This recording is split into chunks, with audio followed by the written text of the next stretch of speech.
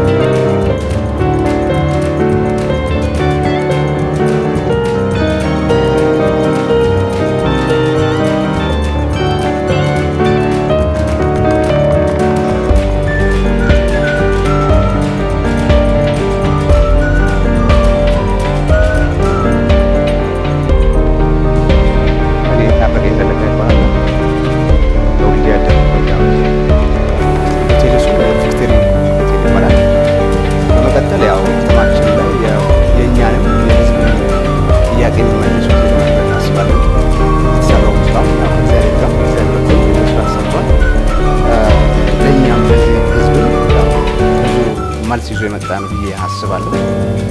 76 ክፍል ነው ያለው። ከ76 ክፍሎቹ ደግሞ 3 አይነት አይተሞች ናቸው ያሉት። ስታንዳርድ ሩሞች አሉ አንድ፣ ሁለተኛ ደግሞ ያው የፋሚሊ ሩም አለ፣ ሶስተኛ ሜትር ከ20 እነዛ ነገሮች በጣም ሰፋፊ ሩሞች ወደ 76 ክፍሎች አሉ እና እነዛ ነገሮች ያው የተሞሉ ሻወሮችን ጂሞችን አክቹአሊ ደግሞ ያው በፓርኪንግ ዙሪያ ብንሄድ ቢያንስ ከ30 እስከ 40 መኪና የሚይዙ ፓርኪንግ አሉ ግራውንድ ላይ ቤዝመንት ላይ። ስለዚህ ያው የብዙ ጥያቄን መልሳል ብዬ አስባለሁ።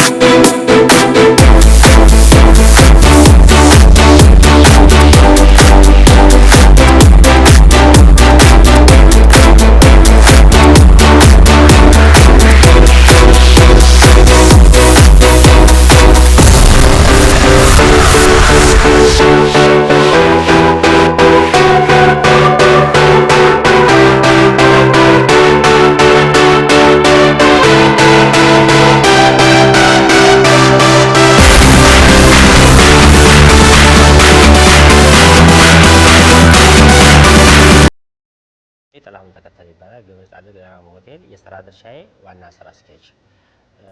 ሆቴላችን ለሀገር ውስጥና ለውጭ ሀገር የሚመጥን አገልግሎት መስጫ የሚሆኑ የተሟላ ክፍሎች፣ የሬስቶራንት፣ የስብሰባ አዳራሽ፣ የምግብ፣ የመጠጥ አገልግሎቶችን ለመስጠት በሙሉ አቅሙ መስጠት የሚችል ትልቅ ድርጅት ነው። ያለን የክፍሎች ብዛት 42 ናቸው። 42ቱም በሳይዛቸውና የተለያዩ አይነት ክፍሎች ናቸው። ያለን የሥራ እድል ወደ 70-80 ማክሲ በሙሉ አቅማችን መስራት ስንችል እስከ 80 ሰራተኛ የሥራ እድል መፍጠር የሚችል ድርጅት ነው። ያው ሆሳዕና አዲስ ክልል እንደመሆኑ መጠን ብዙ እንግዶች የሚመጡበት ማዕከል ነው። ስለዚህ የኛን አይነት ተመሳሳይ በርካታ አይነት ሆቴሎች ሊገነቡ ይገባል። ኢንቨስትመንቱ ሊሰራ የሚችለው የግድ በመንግስት ብቻ ሳይሆን በባለ ሀብቶችም ባለው የክልሉ መንግስትም ደግሞ ለኢንቨስትመንት የተመቻቹ ቦታዎችን በመፍጠር ቢዝነሱ ወይም ደግሞ የንግዱ የቱሪዝም ስራ እንዲያድግ ትልቅ ጥረት ሊደረግ ይገባል የሚል መርህ አለ።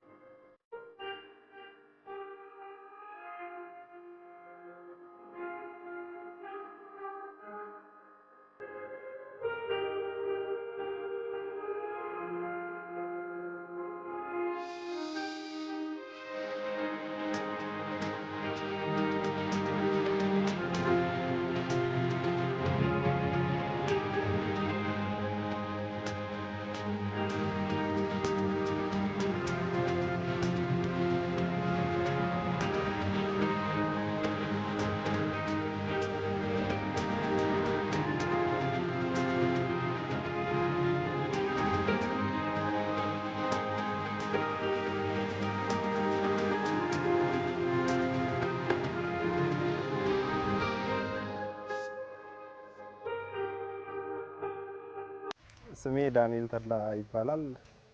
የፕሮጀክቱ መሀንዲስ። በሆሳዕና ከተማ የምንሰራቸው የመኖሪያ መንደር ሌዊ መንደር ይባላል። ይሄ የመኖሪያ መንደር ነው እየገነባን ያለ ነው እና አንዳንድ ኮምፕሌክስ ቢልዲንግ የምንላቸው ወይንም ደግሞ ለንግድም የሚሆኑ ዳር ዳር ላይ ያሉ ቤቶች አሉ። በአጠቃላይ የመኖሪያ መንደር ነው የምንገነባው ማለት ነው። እንግዲህ ቤቶቹን ያው እንዳያችኋቸው ጥራቱን እናንተ ትገምታላችሁ ብዬ አስባለሁ። ቤቶች እንዳቀማመጣቸው ከ400 ካሬ እስከ 220 ካሬ ቪላዎቹን ስናያቸው አሁን ለምሳሌ 3 አይነት ቪላዎች ሰርተናል።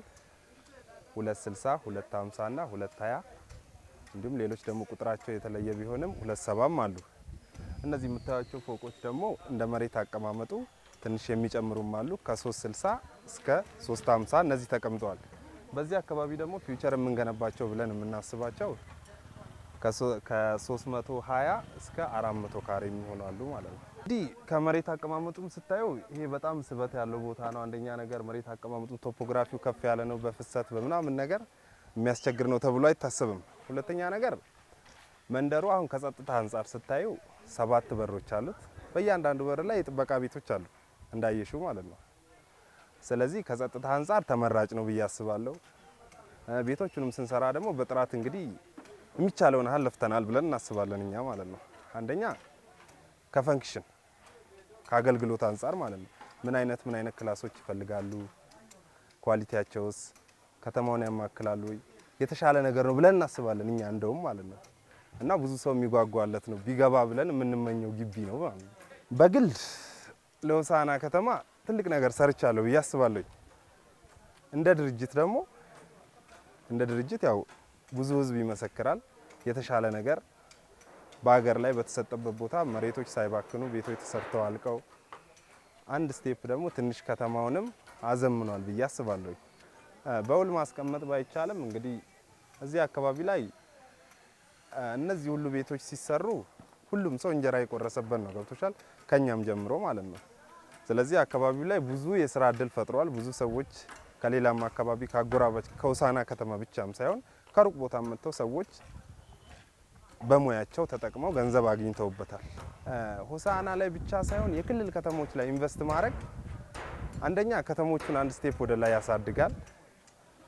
ሁለተኛ ነገር ኢንቨስተሮች አሁን ሁለተኛ ከተሞች የምንላቸው ላይ ኢንቨስት ቢያደርጉ ርካሽ የሆነ የሰው ኃይል ሊያገኙ ይችላሉ። ሁለተኛ ነገር ለአካባቢያቸው ማለት ህዝባቸውን ጠቀሙ ብዬ አስባለሁ። አሁን እንደኛ ድርጅት አሁን የኛን ድርጅት ነው የማስበው ወደ ንግድ ማድላት ሳይሆን ህዝብንም ወደ መጥቀም። ገብቶሻል? ይህን ቦታ የማይሆን ነገር አሁን ለምሳሌ የንግድ ሱቅ ወይ የሆነ ነገር የንግድ ወይ ሆቴል ወይ አንዳንድ ነገር ቢሰራበት የጥቂት ሰዎች መጠቀሚያ ይሆናል። ነገር ግን ግለሰቦች እንዳቅማቸው ገብቶሻል? አሁን ለምሳሌ እንዳቅማቸው ስልሽ እዚህ ጋር G+1ዎች አሉ፣ እዛ ጋር ደግሞ ቪላዎች አሉ። ስለዚህ G+1ን የማይችል ቪላውን ገዝቶ ይገባል ማለት ነው። ስለዚህ ሆሳዕና ላይ ብቻ ሳይሆን ሁለተኛ ከተሞች ላይ ማልማት አካባቢንም ማልማት ያው እንደዛ ነው። አሁን አንዳንዶች ሀብት ሲሰበስቡ ከክልል ከተሞች ይሰበስቡና ወይ ወደ መሀል ሀገር ይሄዳሉ። ወደዛ ነው ኢንቨስት ማድረግ የሚፈልጉት። ሌላ የለሙ ከተሞችን ነው የሚፈልጉት። እኔ ደግሞ መልካምነቱ ያው ያለሙ ከተሞችን ማልማት እንደውም የኛን ድርጅት አርአያ ያደርገዋል ብዬ አስባለሁ።